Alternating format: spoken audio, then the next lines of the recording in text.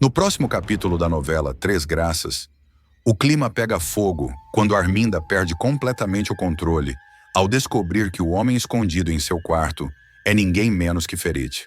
Ele mal consegue reagir quando ela avança furiosa, empurrando e gritando, mas ainda assim tenta dar o troco. Exige que Arminda pare de infernizar Zenilda antes que essa obsessão termine em tragédia. Antes de continuar, clique no botão de gostei, se inscreva no canal e conte de qual cidade você acompanha na novela. Enquanto a tensão explode, Lena encara outro drama. Aflita, tenta falar com Joelle, mas a menina ignora cada chamada, mergulhada em silêncio. A ausência de resposta deixa Samira inquieta. Ela procura Raul e avisa, sem vacilar, que Joelle não pode recuar do acordo. E como se fosse pouco, reforça a ameaça. Qualquer vacilo significará sofrimento para toda a família da garota. E Lena, observando Joelle conversando com Samira à distância, sente o estômago gelar. Tem algo muito errado ali. Algo que ninguém mais está enxergando.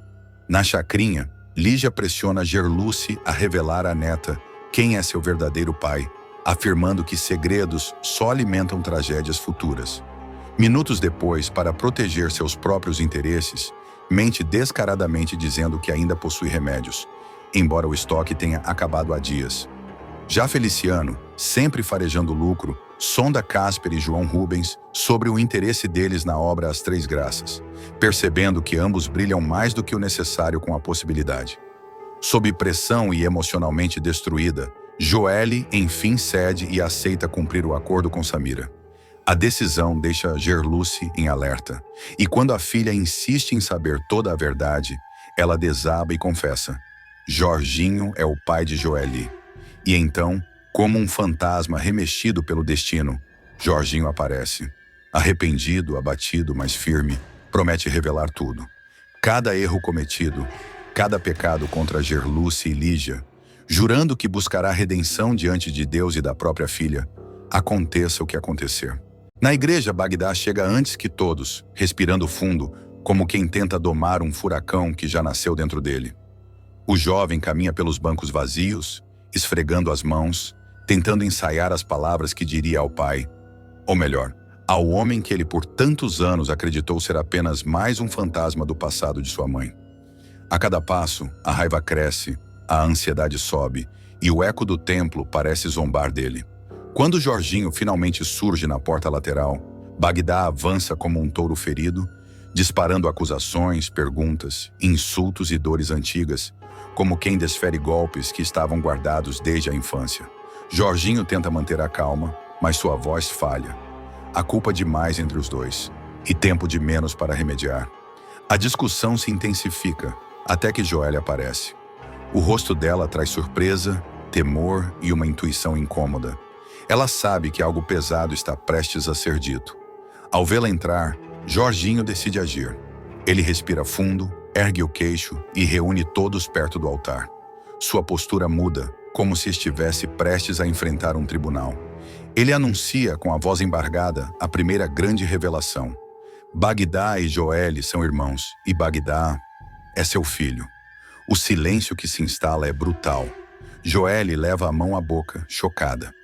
Bagdá dá um passo para trás, como se tivesse recebido um soco no peito, e só então encontra forças para rosnar que aquilo é mentira. Uma farsa, mais uma jogada suja de um homem que ele despreza.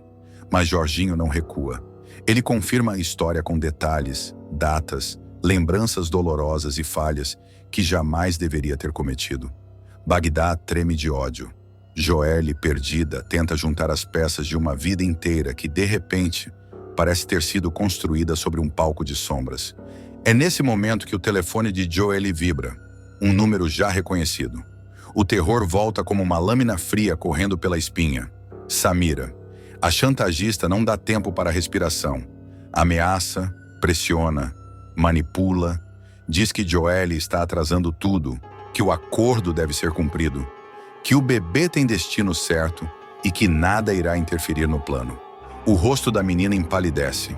Bagdá, ao ouvir o nome da golpista, avança, exigindo que ela atenda no viva voz. Joelle, tremendo, sinaliza não com a cabeça, e Jorginho põe a mão no ombro dos dois, pedindo calma. Jorginho e Bagdá, apesar da tensão gigante entre eles, unem forças pelo bem de Joely. O pai promete que nenhum deles ficará sozinho diante de Samira. E o filho, mesmo tomado por ira e abandono, promete que ninguém encostará um dedo na irmã. É quando Bagdá, que observava tudo em silêncio, lança uma ideia ousada: devolver o dinheiro que Joely recebeu da quadrilha para tentar desfazer o acordo ilegal. A proposta gera debate. Jorginho teme que isso provoque Samira ainda mais. Bagdá acha que é melhor cortar o vínculo de uma vez. Joely teme que nada disso baste para deter a chantagista. Mas no fim concordam. Qualquer tentativa vale a pena, desde que abra uma brecha para libertá-la. Mais tarde, Joely decide fazer algo arriscado. Liga para Samira.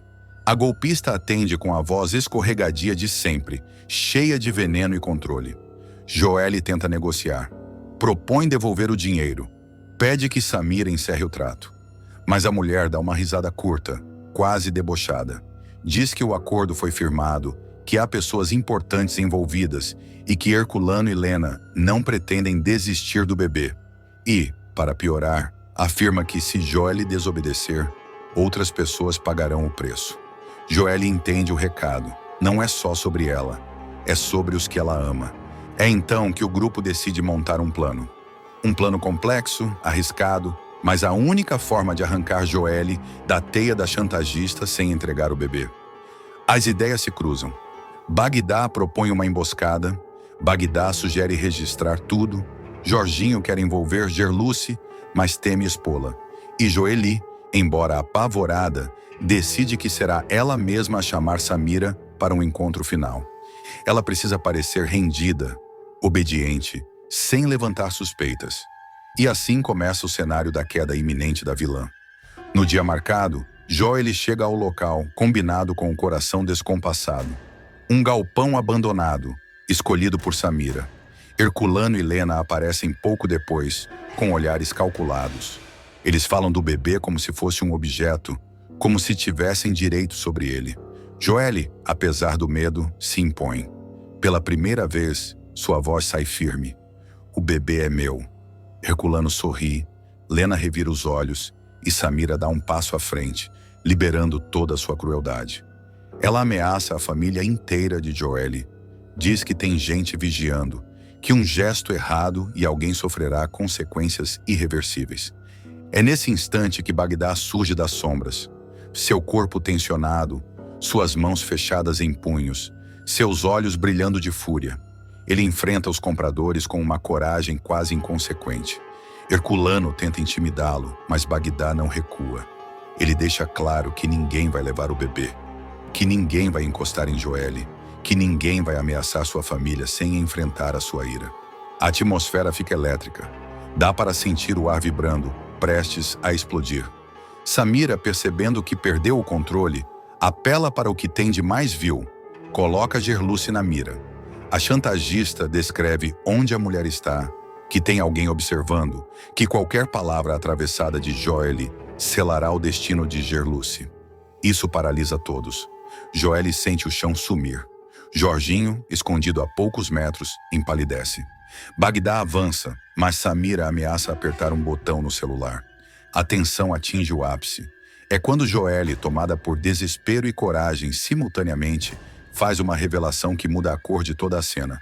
O pai do meu bebê é Raul, o filho da Arminda. O nome Raul paira sobre o galpão como um trovão que ninguém previu. Samira, por alguns segundos, perde o controle da própria expressão. E isso basta para Joely perceber que atingiu exatamente o ponto fraco. Herculano aperta os olhos, desconfiando que a chantagista omitiu informações essenciais. Lena, mais prática, dá um passo para trás. Ela entende imediatamente que a transação fica muito mais arriscada quando envolve alguém da família de Arminda. Uma mulher conhecida por não deixar nada barato nos bastidores da cidade. Bagdá, ainda tenso, analisa o ambiente com a rapidez instintiva de quem cresceu sobrevivendo na marra. Ele percebe a hesitação de Lena, o desconforto de Herculano e a oscilação perigosa de Samira, que agora parece tentar recalcular cada palavra que diz. E no meio dessa brecha, ele avança verbalmente com uma precisão afiada, afirmando que, se a história vier à tona, não serão apenas eles os envolvidos. O nome de Arminda aparecerá nos jornais, e a própria Samira será arrastada junto como mentora de um esquema ilegal de adoção. A chantagista empalidece. As peças começam a cair. Joelle, percebendo que o controle está mudando de mãos, mantém o ímpeto. Ela deixa claro que não está ali para negociar nada, e sim para encerrar o jogo. Diz que não haverá entrega, que não haverá acordo, que nenhum dinheiro compra algo que pertence a ela. A menina encara Samira com uma firmeza inédita, rompendo o ciclo de medo que a aprisionava há meses. É a primeira vez em toda a trama que Joelle fala como protagonista da própria vida. Nesse instante, um barulho do lado de fora faz Samira se virar bruscamente. Ela pensa que é algum movimento da sua equipe de vigilância, mas ao ver a porta se abrir, seu rosto muda de cor. Jorginho entra no galpão, decidido, trêmulo de adrenalina, mas finalmente presente como pai. Ele avança até ficar ao lado de Bagdá e de Joelle, criando um trio inesperado, impossível meses atrás, mas agora movido por uma força que nem mesmo Samira calculou. A presença de Jorginho desmonta os compradores. Herculano sente que perdeu qualquer chance de manter a postura de autoridade. Lena, percebendo que está cercada por um drama maior do que imaginava, tenta convencer Samira a desistir antes que tudo vire caso policial. Mas a chantagista, ferida em sua vaidade, dá o último bote. Ameaça registrar Joelle como cúmplice. Ameaça entregar mensagens, gravações, rastros. Só que desta vez, ninguém se intimida. O jogo virou. O medo mudou de lado. Bagdá se adianta como escudo, e a própria Joelle, com uma calma surpreendente, avisa que já tomou providências, que a polícia sabe onde ela está, que se Samira tenta algo, nomes, contatos e endereços começam a ser compartilhados automaticamente. A vilã sente o golpe no estômago. Joelle realmente se preparou. Herculano e Lena, agora temendo que a situação degringole de vez, decidem recuar. Eles anunciam que estão fora do acordo, deixam claro que não querem ser associados a nenhum crime e se afastam rapidamente do galpão, carregando consigo a frustração e o medo de que seus nomes apareçam no noticiário a qualquer momento. Samira, vendo seu negócio ruir diante dos seus olhos, tenta manter o orgulho, mas o controle escapa por entre seus dedos. Arminda rouba dinheiro de Ferretti e debocha do vilão. Deixei de ser otária. Arminda vai provar que nunca foi apenas um rosto bonito na cama de Ferretti. Ela sempre foi calculista, fria e estrategista. Um charme venenoso envolto em perfume caro e planos ainda mais caros. Durante todos os anos em que viveu como amante do empresário, enquanto Zenilda sustentava o papel de esposa troféu, Arminda acumulava informações, segredos, movimentos financeiros e, principalmente, rancor. Bastava a oportunidade surgir para que ela virasse o jogo. Essa oportunidade chega exatamente depois que a equipe comandada por Gerluce, que não perde uma chance de virar a história de cabeça para baixo, consegue executar um dos roubos mais ousados da novela. Retirar bem debaixo do nariz de Ferretti a escultura recheada com nada menos que 5 milhões de reais. Uma peça que o vilão tratava como patrimônio intocável, cofre camuflado, símbolo máximo do seu poder. Quando Arminda percebe que a estátua sumiu, ela não entra em pânico, não grita, não corre atrás de ninguém. Pelo contrário, ela se tranca no quarto onde a peça ficava, encara o espelho e solta, com a calma de quem já esperava o desfecho, um sorriso suave, quase preguiçoso. A vilã faz questão de desabafar para si mesma, com uma sinceridade ácida que corta o ar. Só não estou mais triste porque deixei de ser otária. Abri o olho a tempo e guardei minha comissão, meu FGTA, meu fundo de garantia por tempo diamante. Enquanto o público ainda se recupera da frase, a cena mergulha no grotesco charmoso que só Arminda sabe entregar. Ela abre uma gaveta secreta atrás de um falso painel, puxa envelopes estufados, maços amarrados, notas empilhadas com precisão cirúrgica. Dinheiro escondido ali há meses, talvez anos. Dinheiro guardado nota por nota, centavo por centavo, Cada valor arrancado do bolso de Ferete sem que ele percebesse. Um verdadeiro porquinho invisível que ela alimentou com paciência. A vilã, então, simplesmente cheira o dinheiro, como quem saboreia um perfume de vitória. Corre as notas pela bochecha, ergue os olhos e ri. Aquele riso debochado, perigoso, repleto de triunfo. A postura é de quem sempre jogou em 2 tabuleiros, o de amante obediente e o de oportunista silenciosa. Ou o Ferete pensa que eu fiquei esses anos todos me sujeitando a esse papel de amante e vou sair de mãos abanando? Diz, ajeitando o cabelo enquanto espalha as notas pela cama como quem espalha pétalas. É uma sequência que não apenas expõe a verdadeira Arminda, mas reposiciona completamente a personagem dentro da trama. O público descobre que, enquanto Ferete achava que a dominava, ela o monitorava, o calculava e, no fim das contas, o roubava com uma delicadeza teatral. E não para por aí. Arminda, em sua glória solitária, ainda encontra tempo de mirar o veneno em Zenilda, a esposa que sempre se colocou como a guardiã moral, a senhora correta, a rainha do lar. E a capacha da Zenilda bancando a rainha do lar, que aproveite que seu castelo vai explodir e o pavio já começou a queimar. O tom, puro deboche, puro desprezo, a certeza absoluta de que Zenilda nunca suspeitou de nada e de que, agora, quando tudo vier à tona, será tarde demais para qualquer reação digna. Arminda circula pelo quarto com a desenvoltura de uma rainha má, revezando o cetro entre as mãos.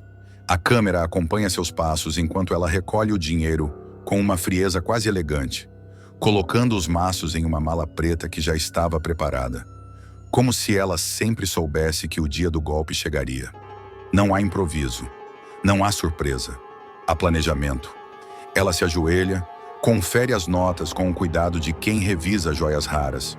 Puxa um maço, guarda outro no decote, outro na bota, como se estivesse se vestindo de poder. A sensação é clara. Para Arminda, o dinheiro sempre valeu mais do que Ferete. Enquanto isso, a sequência intercala flashes da equipe de Gerluce transportando a escultura roubada. A tensão dos carros circulando pelo bairro. O público vê 2 operações paralelas. O roubo milionário organizado por Gerluce. A revelação de que Arminda já roubava Ferete há muito mais tempo do que qualquer um imaginava. E quando a estátua sumida finalmente é mencionada, a cena corta para Ferete desesperado, esbravejando com seguranças, chutando portas, gritando ordens desconexas. Ele exige rastreamento, investiga funcionários, ameaça vigilantes.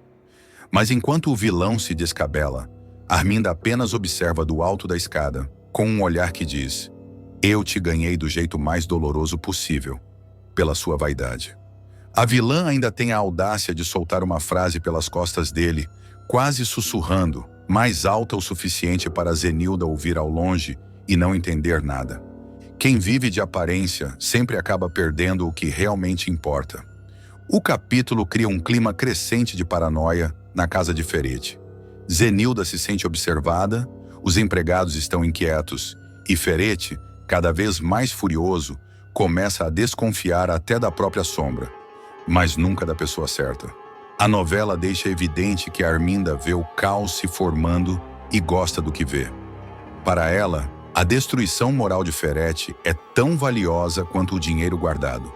E conforme as cenas avançam, fica claro que essa trama do roubo vai se expandir, criando novas alianças, expondo traições antigas, alimentando suspeitas e acendendo disputas internas. O dinheiro roubado será o estopim, mas o que vem depois promete ser ainda mais explosivo. A sequência completa, com o deboche venenoso de Arminda, o pânico de Ferete, o desconforto de Zenilda e a audácia estratégica de Gerluce, está prevista para o capítulo seguinte, e promete incendiar Três Graças como nunca antes. Arminda desce as escadas com a mala já preparada, a postura ereta, o olhar firme, como se estivesse indo para uma viagem que só ela sabe o destino. Zenilda passa pelo corredor no mesmo instante, carregando uma bandeja com remédios que Ferete esqueceu de tomar. E, como sempre, guardando a compostura de esposa dedicada. A cena se transforma em um choque silencioso entre 2 mulheres que nunca se suportaram. Zenilda, desconfiada, lança um olhar enviesado para a mala. Arminda, afiada como lâmina, responde com um sorriso quase angelical. Organizando minhas coisas, querida. Vai que o mundo resolve mudar de lugar enquanto você finge que vive num conto de fadas. A esposa do empresário não entende a provocação, mas sente o veneno. A bandeja treme em suas mãos. O clima no corredor fica denso, pesado, carregado de algo que Zenilda ainda não identifica, mas que o público percebe nitidamente. Arminda está comemorando algo. E quando Arminda comemora, alguém perde. Enquanto isso, Ferretti continua transtornado no escritório, revirando documentos, arrastando móveis, suando de desespero. O vilão pede imagens das câmeras, manda desligar e ligar o equipamento 10 vezes, esbraveja para seguranças que não conseguem dizer nada que o acalme. Em um dos momentos mais tensos, ele quebra uma luminária, pisando nos cacos como se estivesse esmagando sua própria frustração. À medida que o caos cresce no andar de baixo, Arminda segue tranquila no andar de cima, dobrando roupas com precisão e separando objetos pessoais que nunca tiveram valor sentimental, apenas funcional. Perfumes, joias, 2 celulares descartáveis, um passaporte antigo com fotos em que ela ainda parecia ingênua. Ela olha na foto do documento, ri e comenta baixinho, com aquele veneno que só ela sabe destilar. Quando eu ainda achava que amor pagava a conta, olha só a trouxa que eu era. Arminda fecha o passaporte com força, joga o documento na mala e continua o ritual meticuloso. Cada movimento revela que ela não apenas está fugindo, ela está se preparando para um recomeço calculado, estruturado, milimetricamente pensado. Não há arrependimento, não há dúvida, só ambição pura. Enquanto isso, no escritório, Ferretti finalmente nota algo estranho nas imagens de segurança. Um funcionário tenta explicar que houve queda no sistema, possível sabotagem. O empresário voa no pescoço do rapaz, convencido de que alguém de dentro o traiu. O caos cresce, mas a verdade ainda está longe de ser descoberta. Zenilda, perdida entre o medo e a raiva, resolve confrontar a amante pela primeira vez sem rodeios. Ela surge na porta do quarto de Arminda, encara a mala aberta e, tremendo, dispara. Você sabe de alguma coisa sobre essa estátua, não sabe? Arminda nem se dá ao trabalho de fingir surpresa. Fecha o zíper da mala devagar, se vira com elegância e dá 2 passos à frente, reduzindo a distância entre elas a um suspiro. Eu sei de muita coisa, Zenilda. Só não sei até quando você vai continuar fingindo que controla essa casa. Ferretti flagra beijo de Lorena e Juquinha e fica fora de si. A novela vai incendiar de vez quando Ferretti, acostumado a controlar cada passo da filha, for colocado contra a parede pelo destino. Ele não apenas verá Lorena num momento íntimo, como flagrará um gesto que desmonta todas as expectativas que o vilão alimentava sobre a herdeira. Nada vai prepará-lo para o choque que está prestes a viver. E pior, para as consequências que esse choque desencadeará. A cena começa suave, quase doce demais para a tensão que se aproxima. Lorena e Juquinha, depois de um passeio que só aproximou ainda mais as duas, chegam em frente ao prédio de Ferretti. A viatura policial está estacionada numa posição privilegiada, um ângulo perfeito e fatal. Lá dentro, a conversa é sussurrada, cúmplice, carregada de um carinho leve e inesperado. Juquinha respira fundo, segura a mão de Lorena e murmura com aquele sorriso torto que sempre a entrega. Sou eu, a Eduarda pessoa física em carne e osso. Como você pode ver?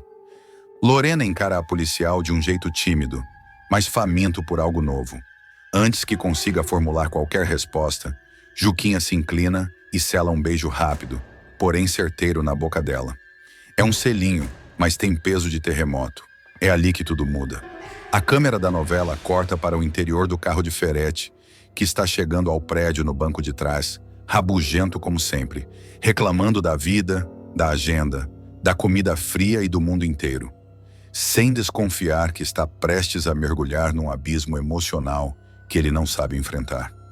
Ele olha pela janela, meio distraído, até congelar.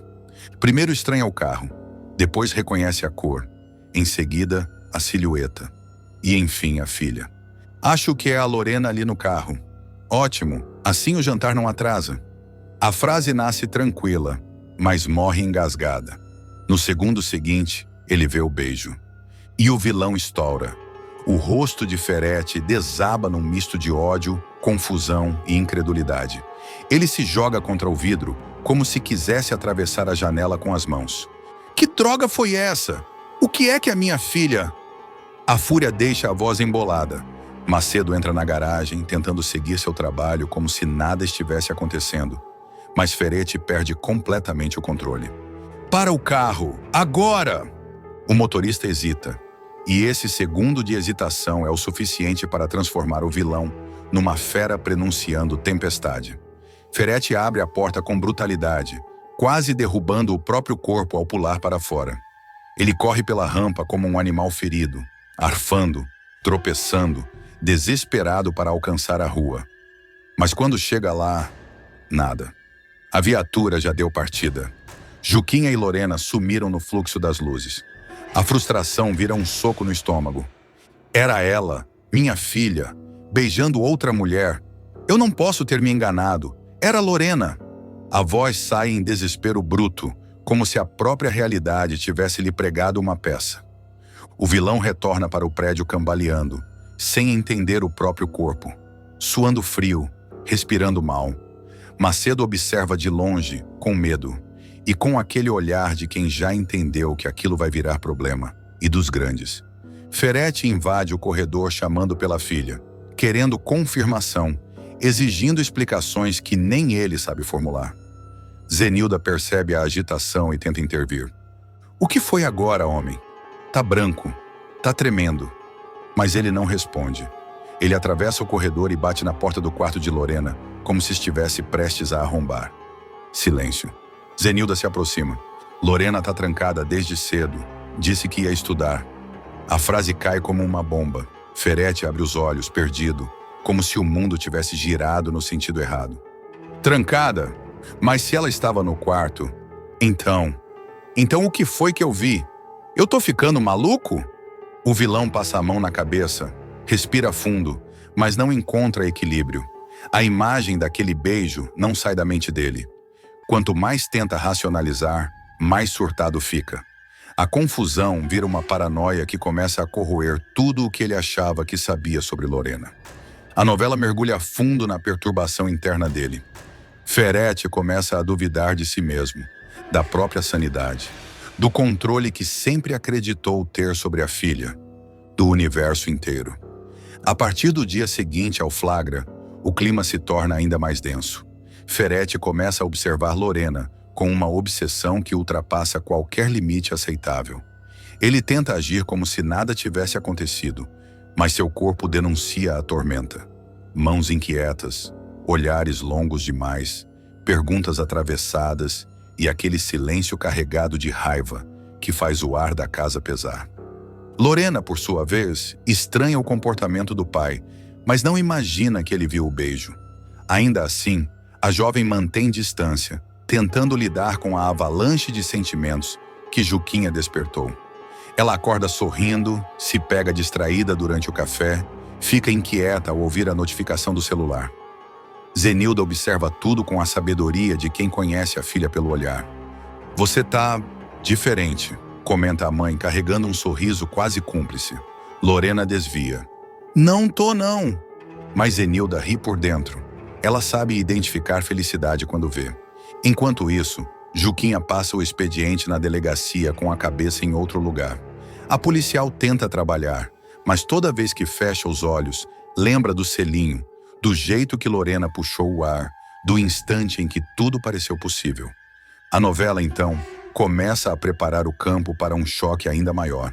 Ferretti passa a seguir a filha dentro da própria casa com olhos calculistas, medindo cada gesto, cada segundo no celular, cada sorriso bobo. Ele não quer acreditar no que viu, mas não consegue esquecer a cena. O vilão começa a construir teorias, paranoias, justificativas absurdas para si mesmo. Não pode ser. Lorena não faria isso comigo. Não com a história da nossa família. Não com tudo o que planejei para ela. Ferretti passa a vigiar a porta do quarto da filha, cronometrar o horário em que ela sai, observar as roupas que escolhe, prestar atenção ao perfume que usa. Ele está em queda livre. Uma queda silenciosa, perigosa, que ninguém percebe. Ainda. Mas o que realmente faz a tensão explodir é a noite seguinte. Lorena, depois de trocar algumas mensagens com Juquinha, toma coragem e decide sair. Ela inventa que vai estudar na casa de uma colega da faculdade, mas Zenilda percebe algo diferente no tom da filha. Não volta tarde, ouviu? Diz a mãe, pegando na mão dela de um jeito protetor. Lorena sorri pela primeira vez em semanas. Prometo. Zenilda não pergunta mais nada. Ela sabe quando não deve estragar a mágica. Mas Ferete, que escuta a conversa escondido no corredor, sente algo ruir por dentro. Ele não fala nada. Apenas observa a filha sair pelo elevador com o coração acelerado. Não de preocupação paternal, mas de impulso controlador. E então vem a virada. Ao descer para a garagem, Lorena encontra Juquinha encostada no carro, sorrindo daquele jeito torto que faz tudo parecer possível. A policial abre a porta para ela e Lorena entra no banco da frente, se sentindo pela primeira vez dona das próprias escolhas. O carro parte, leve, confiante, livre. Mas o que ninguém imagina é que Ferete, tomado por um impulso doentio, desce correndo logo depois e entra no carro de Macedo, que não esperava tamanha descompostura. Siga aquele carro. O motorista engole seco. Senhor, isso não é. Faz o que eu tô mandando, Macedo. E aí a novela corta para Juquinha dirigindo pela estrada, completamente alheia ao fato de que Ferete está algumas ruas atrás, escondido entre faróis, guiado pelo ciúme, pelo controle e pela incapacidade de aceitar a verdade. Lorena, no banco da frente, abre um sorriso sincero. Eu queria te ver de novo. Juquinha fica sem ar. Eu também. As mãos se encontram no meio do console. O silêncio vira promessa. O carro segue iluminado pela lua. E, ao mesmo tempo, o carro de Ferete avança na escuridão, carregando uma fúria que cresce como tempestade, prestes a estourar. Ele aperta os punhos. Os olhos ardem.